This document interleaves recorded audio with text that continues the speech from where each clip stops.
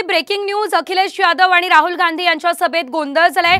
सभेत चेंगराचेंगरीसाठी परिस्थिती निर्माण झाली आहे। गर्दी पाहून अखिलेश आणि राहुल सभा न घेताच निघून गेलेले आहेत। तर आपण पाहतोय अखिलेश यादव आणि राहुल गांधी यांच्या सभेत गोंधळ झालेला आहे। चेंगराचेंगरीसारखी परिस्थिती या ठिकाणी निर्माण झाली होती।